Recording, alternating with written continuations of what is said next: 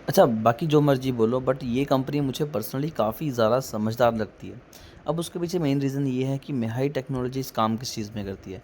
तो देखिए कंपनी 2013 से शुरू हुई चुकी है और कंपनी बेसिकली काम करती है एलईडी बल्ब, एसी, कूलर और जितने भी ये अप्लायंसेज़ हैं इनमें और इनके जो मेजर यहाँ पर आप इनके प्रोडक्ट परचेज़ कर सकते हैं फ्लिपकार्ट, अमेज़न जितनी भी ई-कॉमर्स वेबसाइट है वहाँ पर आपको इनके प्रोडक्ट्स लिस्टेड मिल जाएँगे और मैंने वहाँ जाके भी चेक किया कि कंपनी की जो सेल्स हो रही हैं वो काफ़ी ज़्यादा अच्छी हो रही हैं और कंपनी के रिव्यू भी काफ़ी ज़्यादा अच्छे निकल के आ रहे हैं। एक्चुअली कंपनी के नहीं, कंपनी के प्रोडक्ट्स के रिव्यू बहुत ज़्यादा अच्छे हैं। तो कंपनी बेसिकली अच्छा काम कर रही है और अभी गर्मियाँ आ चुकी हैं जिसकी वजह से इनके जो कूलर्स और जो एसीज़ हैं उनकी सेल्स काफ़ी ज़्यादा बढ़ चुकी है और नो डाउट उनकी अगर रिव्यू अच्छी हैं और कंपनी की सर्विसेज़ अच्छी आ रही हैं, तो वो भी हमें अच्छी खासी ग्रोथ दिखाएँगे। सेकंड चीज़ आपको बता दूँ कि ऐसे में कंपनी ने स्टॉक स्प्लिट भी किया जिसकी वजह से यहाँ पर ज़्यादा से ज़्यादा लोग जो हैं वो परचेज़ करें शेयर को।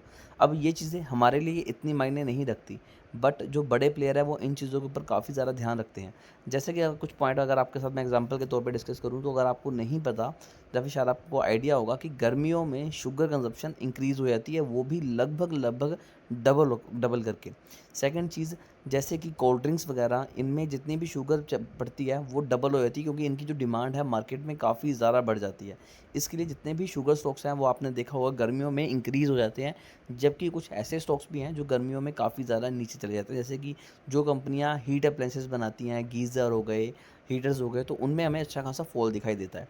उसी तरह से अगर हम यहाँ पर बात करें इस कंपनी के बारे में तो कंपनी ने ये चीज़ काफ़ी ज़्यादा अच्छे से प्लान की, बहुत सही टाइम पे ये स्टॉक स्प्लिट लेके आया जिसकी वजह से स्टॉक सस्ता होने की वजह से यहाँ पर इनकी परचेज़ काफ़ी ज़्यादा बढ़ चुकी है।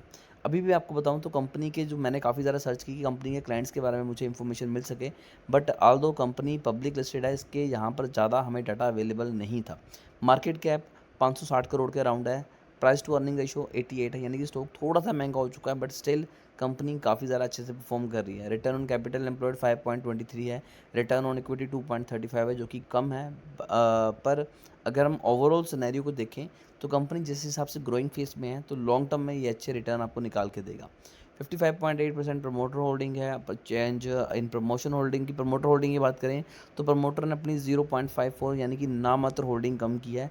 कंपनी की जो सेल्स हैं वो पर ईयर के हिसाब से 322% इंक्रीज़ हुई है और कंपनी का जो प्रॉफिट है वो 564% से इंक्रीज़ हुआ है और कंपनी के पिछले 3 सालों की सेल्स भी 46% से इंक्रीज़ हुई है। तो ओवरऑल देखें तो कंपनी काफ़ी ज़्यादा जल्दी से अपनी सेल्स को इंक्रीज़ कर रही है और साथ-साथ जो सबसे अच्छी चीज़ मुझे स्टॉक में लगी है वो है कंपनी का प्रॉफिट ग्रोथ।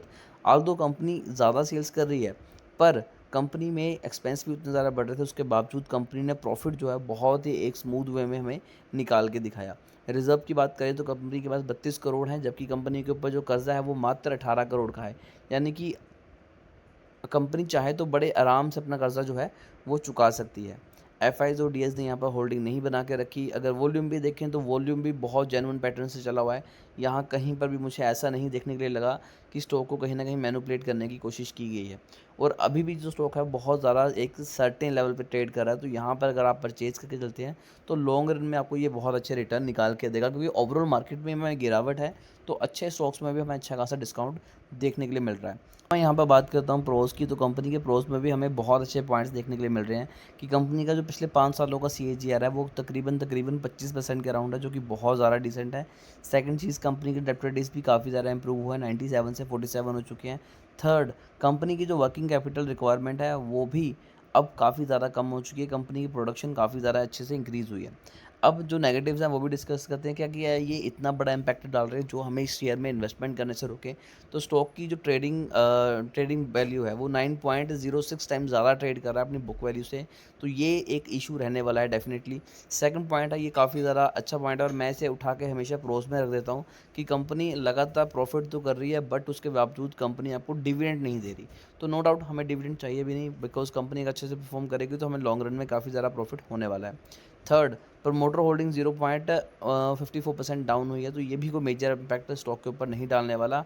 हल्की-फुल्की इन्वेस्टमेंट प्रमोटर हल्की यहाँ पर अपने स्टॉक्स में से कर सकते हैं। इसके बाद अगर रिटर्न ऑन इक्विटी की बात की जाए तो पिछले 3 सालों की 2.64 है, तो ये एक ऐसी चीज़ है जो आपको लॉन्ग रन में तंग कर सकती है, बट ओवरऑल स्टॉक काफ़ी ज़्यादा डिसेंट है। फिर भी इस शेयर को लेकर अगर आपकी कोई भी क्वेरी है तो कमेंट कीजिए, हमारी कोशिश होगी कि आपको एक अच्छी एडवाइस दें।